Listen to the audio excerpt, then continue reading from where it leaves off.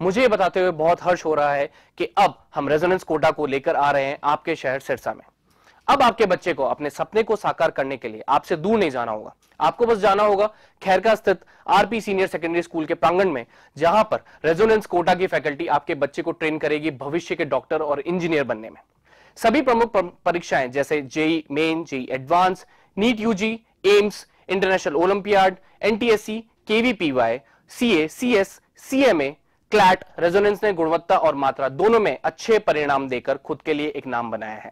अधिक जानकारी के लिए आप डबवाली रोड स्थित RP senior secondary school visit कर सकते हैं या कॉल कर सकते हैं नीचे दिए गए नंबर पर। अब होंगे सपने साकार। धन्यवाद। नमस्कार, मैं हूं प्रमोद और आप देखना शुरू कर चुके हैं दी-सड़कनामा.com। इस वक्त मैं मौजूद हूं सिरसा में और मेरे साथ हरियाणा स्टाफ सिलेक्शन कमीशन के पूर्व चेयरमैन हैं अमीर चावला। अमीर चावला जी हैं वो सिरसा विधानसभा क्षेत्र के विभिन्न गाँव में भी जा रहे हैं और शहर में भी जो है अपने जो मतदाता हैं, अपने जो कार्यकर्ता हैं, उनको जो है एकजुट है वो किया जा रहा है।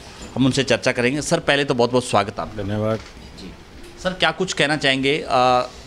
पहले भी जो है जब आपने कांग्रेस ज्वाइन की तो कुदरतन जो है लघु सचिवालय में आपका इंटरव्यू मैंने किया था और उस वक्त आपने कहा था कि कार्यकर्ताओं का एक दबाव उन पे रहा कि किसी राजनीतिक पार्टी में जाइए और एक्टिव, चूँकि अब आप एक्टिव हैं पूरी तरह से। क्या कुछ कहना चाहेंगे सर? किस तरह का जो है रुझान या ये रिस्पॉन्स कहेंगे, लोग क्या कह रहे हैं?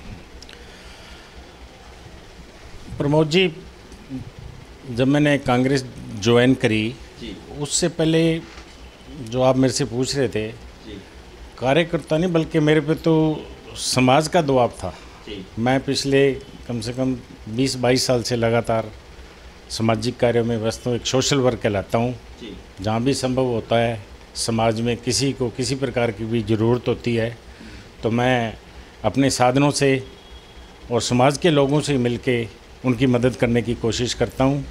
चाहे वो शमशान भूमि के निर्माण की बात हो, चाहे ये पिछले 20 वर्षों से जहाँ बैठे हैं उसकी बात हो, लोगों के आँखों के निःशुल्क ऑपरेशन करने की बात हो, दूर दूर तक कैंप लगाने की बात हो। आप स्वयं भी मेरा एक बार शमशान भूमि में जो सेक्टर 19 है क्रिमिशन ग्राउंड, वहाँ इंटरव्यू कर चुके हैं, आपने देखा होगा। तो ये सभी बातों को लेके लोगों ने कहा भी आप काफ़ी समय से पहले बिल्कुल एक्टिव रहे थे और आगे आने वाले समय में आप देखिए कि आप कोई ऐसी पार्टी ज्वाइन करिए जिसका भविष्य उज्ज्वल हो और आप अपने आप को राजनीति में लाइए, क्योंकि कई कार्य ऐसे होते हैं बिना सत्ता के वो कार्य किए नहीं जा सकते। जैसे मान लीजिए हमें किसी सोशल काम के लिए इसी सेक्टर 19 के हुड्डा की बात ले लीजिए, मैं इसी का उदाहरण देता हूँ। यहाँ पे जगह लगभग 1.5 एकड़ है, तो इसके चारों तरफ 1-1 एकड़ खाली है, गवर्नमेंट ने खाली छोड़ी हुई है। तो हाँ, नॉर्म्स के हिसाब से 1-1 एकड़ खाली छोड़ी हुई है। तो वो अब सारी जो जनता है ये रेलवे फ्लाईओवर के बाद इधर बसी जा रही है। देख लीजिए इधर ही डेवलपमेंट हो रहा है, बस अड्डा भी इधर है, खैरपुर और हिसार तक, और इधर डब्बा बरनाला रोड तक सारा डेवलप हो गया।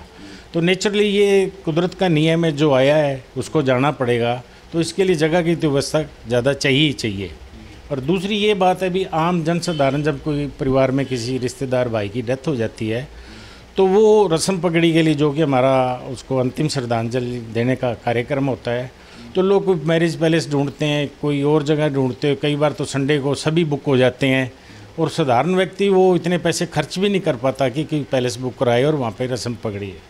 इसके लिए हमने इस सरकार को 3-4 बार लिख के दिया। सभी जो नज़दीक रहते हैं लोग उनके हमारी ट्रस्ट की तरफ से भी दिया गया, डीसी साहब से फॉरवर्ड भी करा के दिया गया, लेकिन हमें इसकी जगह की व्यवस्था नहीं हो सकी। वो यही मैं कहना चाहता हूँ कि अगर हम स्वयं जो सेवा करने वाले हैं कोई उनमें से सत्ता में होगा तो ऐसे कार्य के लिए वो प्रयत्न कर सकेगा और काम वो पूर्ण होंगे। इसलिए सरकार में सत्ता में जो पार्टी आ रही है तो लोगों ने कहा भी आने वाला समय कांग्रेस का है तो आप कांग्रेस ज्वाइन कीजिए। तो मैंने लोगों की भावनाओं की, समाज के साथियों की भावनाओं की कदर करते हुए मैंने आदरणीय श्री भूपेंद्र सिंह हुड्डा जी के नेतृत्व में और उदय भान जी के नेतृत्व में मैंने कांग्रेस पार्टी को ज्वाइन किया। और इसके बाद लोगों ने ये दिखा दी कि हम ये समाज आपके साथ है।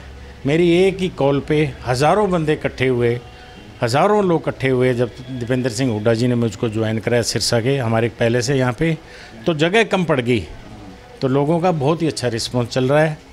और जहाँ तक भविष्य की बात है, मैं ये भी देख रहा हूँ कि सत्ता में कांग्रेस आएगी। और मेरे इलेक्शन लड़ने की बात है, देखो मैंने हर एक व्यक्ति का जो राजनीति में आता है उसका जो पूरा एक्टिव होता है उसका लक्ष्य तो यही होता है भी किसी तरह इलेक्शन लड़े। मैं इंडियन नेशनल लोकदल जेजेपी में भी रहा सारी उम्र, लगभग 35 वर्षों तक वहाँ का कार्यकर्ता रहा।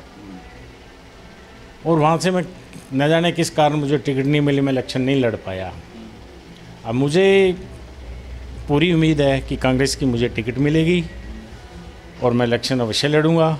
अगर फिर भी किन्हीं कारणों से मुझे टिकट नहीं मिलती तो जिस किसी को भी होगी, क्योंकि मैं कभी गद्दारी नहीं करता, तो मैं वफादारी से पार्टी के वफादार सिपाही होते हुए मैं उस प्रत्याशी की मदद करूंगा। बाकी जैसे गांव में, क्योंकि सिरसा विधानसभा क्षेत्र का जो सिनेरियो है 31 गांव है, 31 ही वार्ड हैं। गांव में आप मोस्टली सभी गांव में आप जा कर के आगे लोग, यानी कि जो दूसरे जो ये कहेंगे दूसरी पार्टियां हैं, अपने आप को आज खास करके जो गांव की बात है, शहर की बात है, कांग्रेस कहाँ खड़ी है, क्या कहेंगे सर? अब मौजूदा सरकार की तो कोई बात ही नहीं सुनना चाहता सर जी। कभी भी किसी बात पे, किसी टॉपिक पे डिस्कस करें तो कोई बात ही नहीं सुनना चाहता। वो कहते हैं ये देख लीजिए भी, जो हमारे बोलने से पहले स्वयं बोल देते भी, जो हम विधायक चुन के भेजा लगातार, वो हमारे कभी दुख सुख में नहीं आता। आप स्वयं नोट कर लीजिए, आप सारी दुनिया के दुख सुख अपने कैमरे पे जाहिर करते हैं, लोग आके आपको सभी बातें बताते हैं सरकार के बारे में, समाज के बारे में। तो जो मौजूदा विधायक हैं ये तो बैठे हैं आराम से गोवा में, और यहाँ कोई किसी की सुध नहीं लेने वाला। अब लगातार देख लीजिए पीछे 15 दिन से सारे शहर में गंदगी फैली हुई है, कोई कूड़ा नहीं उठाने वाला। पता नहीं किस हिसाब से कैसे ये टेंडर लॉट करते हैं, वो कोई सारे काम बीच में छोड़ जाते हैं, फिर नया बंदा लाना पड़ता है, तो बीच में जो गैप पड़ जाता है उससे सारे शहर में गंदगी फैल रही है। गायें बेचारी बहुत बुरी हालत में फिर रही हैं, और वो गंदगी खा रही। गायों का कह रहे भी इन्होंने एक आयोग भी बनाया है इस सरकार ने, लेकिन हम देखें तो सारा शहर गायों से भरा पड़ा है। ये बरनाला रोड ले लीजिए, शाम को सारे उसके कारण एक्सीडेंट भी बड़े होते हैं, कई जवान मौतें भी हुई हैं। तो इस सरकार के काम काज से कोई भी खुश नहीं है।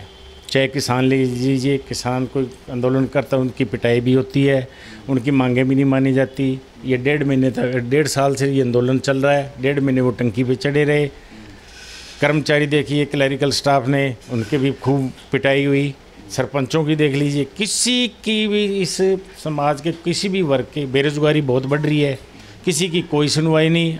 आदरणीय मुख्यमंत्री जी जिस तरह वो जनसंवाद कर रहे हैं और वहाँ क्या क्या संवाद करते हैं, सबको देख के हैरानी होती भी। एक मुख्यमंत्री एक इतनी अच्छी स्टेट का, पढ़ी लिखी स्टेट का मुख्यमंत्री हो के ऐसी भाषा बोलता है, तो लोगों को निराशा ही है जी इससे। दौलत जी, आप एसएस बोर्ड के आप चेयरमैन रहे हैं, और इसी से जुड़ा हुआ एक मेरा सवाल है, जो आज हालात हैं, जिस तरह से पेपर लीक हो रहे हैं, सीईटी को लेकर के जो है बड़ा असमंजस की स्थिति है वो स्टूडेंट्स में है, और आज किसी भी स्टूडेंट्स को अगर नौकरी की बात कहते हैं तो वो ये कहते हैं कि पता नहीं पेपर होगा या नहीं होगा।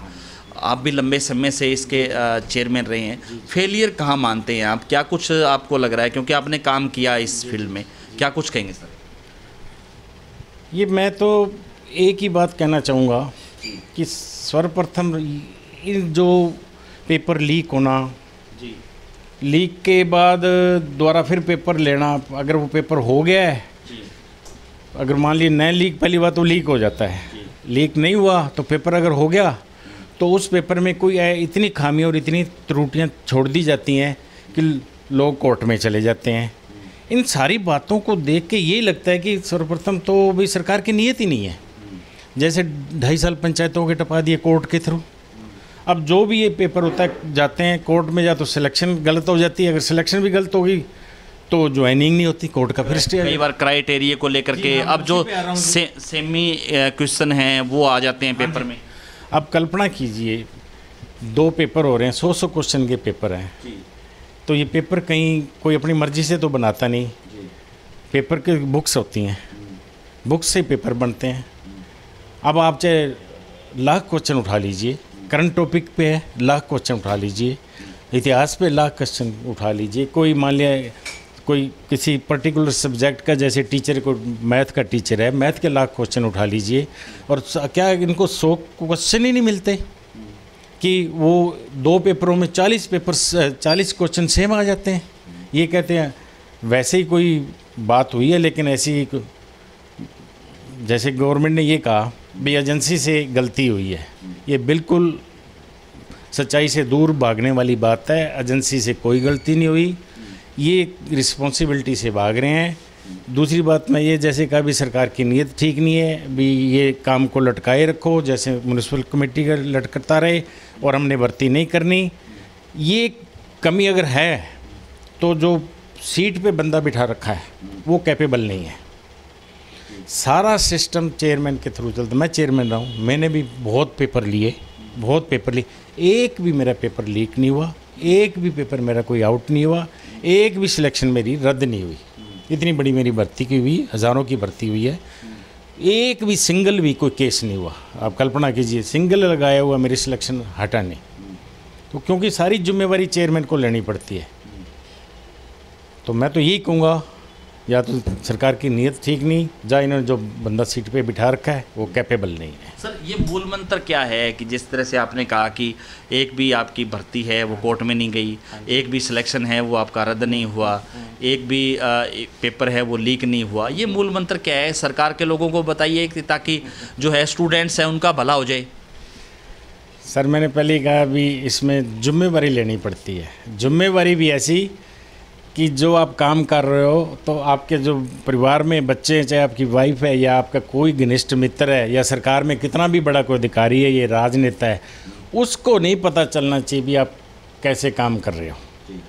अगर इस समाज में या इस दुनिया में ऐसा कोई बंदा नहीं है जिसकी अपना इंटरेस्ट ना हो। वो इंटरेस्ट अगर एक बार हो गया तो ये मोबाइल सबके हाथ में, वो 1 मिनट में इंटरेस्ट सारों का इंटरेस्ट बन जाता है। तो मैं तो बार बार यही कहूँगा, या तो सरकार की नीयत ठीक नहीं भी, वो भर्ती नहीं कराना चाहते, नौकरी नहीं लगाना चाहते, रोज़गार नहीं देना चाहते, और या वो फिर आदमी कैपेबल नहीं है। भी चेयरमैन को ही और सेक्रेटरी को मिलके सारा करना पड़ता है। लेकिन मैं फिर कहूँगा, चेयरमैन की ही ज़्यादा जिम्मेवारी होती है। वो तो पर्दे के पीछे रह के सारे काम उसको करने पड़ते हैं, सीक्रेसी उसी को मेंटेन करनी पड़ती है।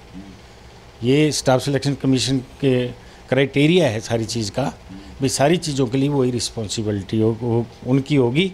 ये डाल देते हैं अधिकारियों पे, और इस सरकार में अधिकारियों की सरकार चली है और अधिकारी कुछ नहीं करने दे रहे, गवर्नमेंट को फेल करने पे जुटे हुए। जिस तरह से HPSC में ही सेक्रेटरी है, उसने डेंटल सर्जन भर्ती में देखिए। अब स्ट्रॉन्ग रूम जिसमें क्वेश्चन पेपर और जो रिजल्ट तैयार किए होते हैं वो सीक्रेसी, एक किस्म का स्ट्रॉन्ग रूम बोलते हैं उसको, उसके अंदर 1.5 करोड़ रुपए छापे के दौरान नगद मिलता है। तो आप कल्पना करिए भी क्या हो रहा है। स्टाफ सिलेक्शन कमीशन और HPSC Haryana public service commission में कोई भर्ती नहीं हो रही है तो किस तरह हो रही है? 30-30 लाख रुपए एक डेंटल डॉक्टर के लिए। अब CM साहब बिना खर्ची पर्ची के बात कर देते हैं, मैं मानता हूँ CM साहब ईमानदार हैं, लेकिन जो उन्होंने आगे अधिकारी लगाए वो भी तो उन्हीं के ही हैं। ये अपनी रिस्पॉन्सिबिलिटी से ये कैसे पीछे हट सकते हैं? जिम्मेदारी से नहीं भागना चाहिए। सरकार को इसकी जिम्मेवारी लेनी चाहिए, वो अच्छे लोगों को वहाँ बिठाना चाहिए जो किसका कोई पर्सनल इंटरेस्ट ना हो, कि बहुत इंटेलिजेंट हों। ये क्वेश्चन पेपर को जो क्वेश्चन रिपीट होना एक पेपर के दूसरे पेपर में, ये कोई एक्सक्यूज़ नहीं है। नहीं, ये तो छोटी सी बात है। क्या 40 क्वेश्चन है जी साहब? आप 10-15 तो आप सिरसा बैठे हैं, इन्हीं के जनरल नॉलेज के बना सकते हो। कितने बड़े बड़े शहर है, हरियाणा का क्या बड़ा इतिहास है, इंडिया का कितना बड़ा इतिहास है, बाकी सभी सब्जेक्टों से आप उठा सकते हैं। अच्छी बुक्स में से उठाना होता है, क्वेश्चन बुक्स से ही आते हैं जी। हम तो कोई बना नहीं सकते, कोई भी नहीं बना सकता। मान लिए मैथ है तो मैथ है जो तो क्लियर है, फिजिक्स है और है, ये सब का फंडा क्लियर है, कोई बात नहीं। तो फिर क्यों क्वेश्चन भी गलत हो जाते हैं?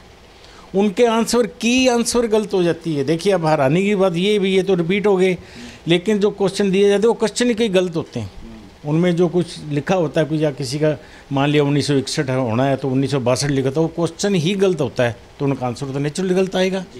यानी कि जो विद्यार्थी है जो परीक्षार्थी है वो उसको कौन सा उसको टिक करेगा, और जो स्टाफ सिलेक्शन है वो कौन सा यानी कि उसको ठीक कई पेपर तो कई भर्तियां तो इसी बात पे स्टे हुई है कि क्वेश्चन ही उसमें गलत आए।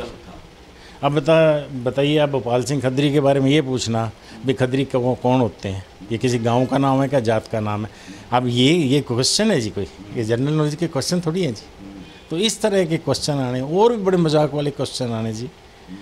तो मैं तो यही कहूँगा सीएम साहब से कि आप कैपेबल आदमी को बिठाइए, अगर वास्तव में आपकी गवर्नमेंट की आपकी नीयत ठीक है, अच्छे लोगों को बिठा के और ये अपने इसकी तैयारी करवाइए और बच्चों को रोज़गार दीजिए। तो जी सिरसा को लेकर के हम आते हैं, सिरसा टॉपिक पे कि आपका क्या विज़न है? अगर आपको मौका मिलता है, कांग्रेस आपको मौका देती है, तो पब्लिक के बीच में जब आप जाएंगे, मतदाताओं से आप रूबरू होंगे, तो आप क्या सोचते हैं सिरसा के बारे में कि कैसा होना चाहिए सिरसा, या सिरसा में ये काम है वो पहले नहीं हुआ, ऐसे कुछ जो हमारे दर्शकों के साथ जो शेयर करना चाहते हैं कि मेरा विज़न ये है? क्योंकि हर कोई व्यक्ति है जो राजनीति में आता है या चुनाव लड़ने का इच्छुक होता है या विधायक बनना चाहता है, तो वो लोग उससे उम्मीद करते हैं कि ये व्यक्ति है इसलिए ठीक है, क्योंकि उसका प्रॉपर तरीके से कोई विवाद ना हो या किसी तरह का कोई ठीक हो। लेकिन उसके बाद फिर दूसरा सवाल यही आता है कि क्या कर सकता है पब्लिक के लिए। तो आप हमारे दर्शकों को ऐसे कुछ इशू पे हम चर्चा करें जो सिरसा की ज़रूरत हैं, जो आपकी प्रायोरिटी रहेगी कि ये होना चाहिए, क्या कुछ कहें? सर्वप्रथम तो मैं ये सिरसा के बारे में कहूँगा कि सिरसा इतना सुंदर बसा हुआ है, ये जयपुर की तर्ज पे है। हर 400 मीटर पे आपको चौराहा मिलेगा, हर दूसरी गली 60-60 फुट की मिलेगी। एक गली से आप निकलो, पुराने शहर को देख लो, तो आप सीधा शहर क्रॉस कर जाओगे। ऐसा आज के युग में भी ऐसा शहर नहीं बच सकता कि ये सैकड़ों साल पहले कैसे प्लानिंग से बसाया गया होगा। बहुत ही सुंदर बसा है।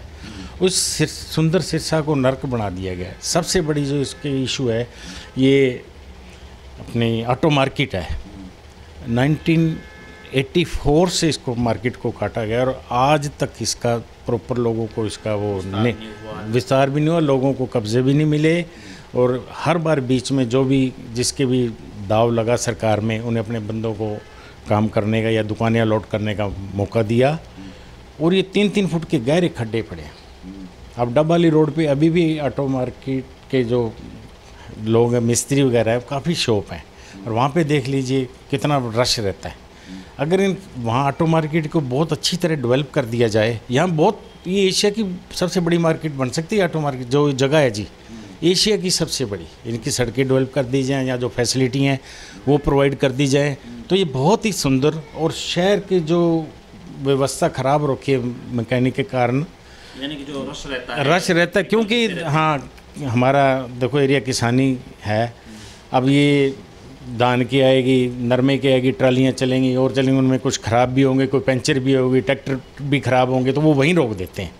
ये सबसे बड़ी बात है। अगर ऑटो मार्केट बाहर होगी तो बाहर ही वो रिपेयर हो जाएंगे और अंदर भीड़ की समस्या कम होगी। दूसरी बात, सिरसा को इतना व्यवस्थित है, तो इसकी जो सबसे बड़ी एक और समस्या म्यूनिसिपल कमेटी की, ये बहुत बड़ी समस्या है। आप देख रहे हैं किस तरह का भ्रष्टाचार फैला हुआ है, किस तरह कोई किसी का काम नहीं होता, बहुत ही ज़्यादा भ्रष्टाचार फैला हुआ है। इसका भी सुधार करना, लोगों को कि आम सुविधाएं मिल सके, लोगों के जो कोई काम हो सके, कोई हाउस टैक्स भरना है, कोई पानी का, बिजली का, क्योंकि अब सारों जगह पोर्टल ऐसा काम कर दिया, हर जगह से एनओसी लेनी पड़ती है, हर जगह। और वहाँ एनओसी आपको आसानी से किसी को भी नहीं मिलती, कोई भी बड़ा, किसी को भी जो कहते सरकार में बैठे उनका कोई फ़ोन भी नहीं सुनता। के नाम पर 5-5 हज़ार रुपये जो है वो, हाँ जी देख लीजिए, बहुत करप्शन है। और सिरसा के लिए अब कहने को भी मैं ये उद्योग लगा दूंगा, फलाना कर दूंगा ना, सिरसा को सबसे बड़ी ज़रूरत है यहाँ से भ्रष्टाचार कम करने की और ईमानदारी से सेवा करने की। जिसका विधायक वो चुनो जिसका खुद का कोई ऐसा इंटरेस्ट ना हो, जिसने किसी की रड़क ना निकालनी हो, जिसने यहाँ से कोई 2 नंबर का पैसा ना कमाना हो, और जिसका सिर्फ यही हो कि जनप्रतिनिधि बन के जनसेवक कैसे काम करता है, एक जनसेवक बने। जनप्रतिनिधि चुनने के बाद वो जनसेवक बने और जनता के दुख सुख दूर करने में सहयोग करे। मैं तो ऐसे चाहता हूँ कि सबसे जो इजीली अवेलेबल हो, ये 10-10 गनमैन लेने वाले और लेने वाले, आगे पीछे गाड़ियाँ, कारों, जीपों के करने वाले, ऐसे नहीं चाहिए ना।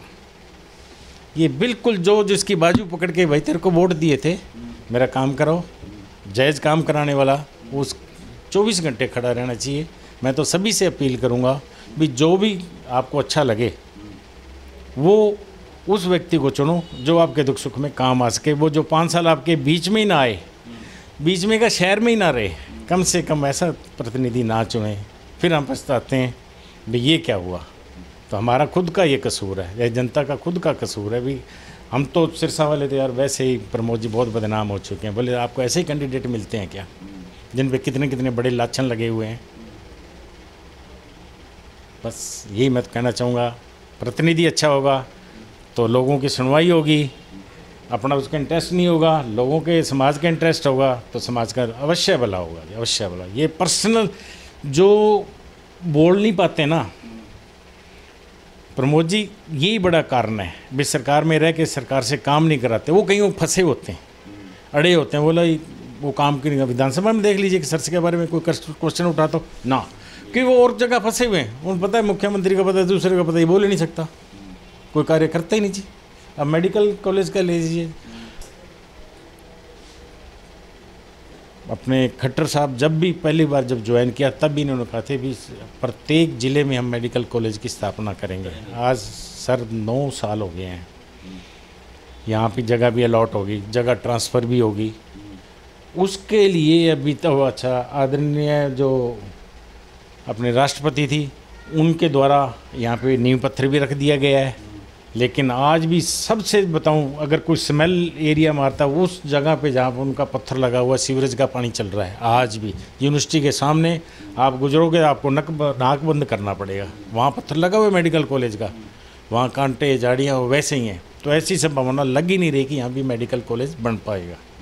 तो हम तो ये भी निवेदन करेंगे कि मेडिकल की बहुत ज़रूरत है, इसकी हॉस्पिटल्स की बहुत ज़रूरत है, तो कृपया आप इसका भी काम शुरू करवाएं।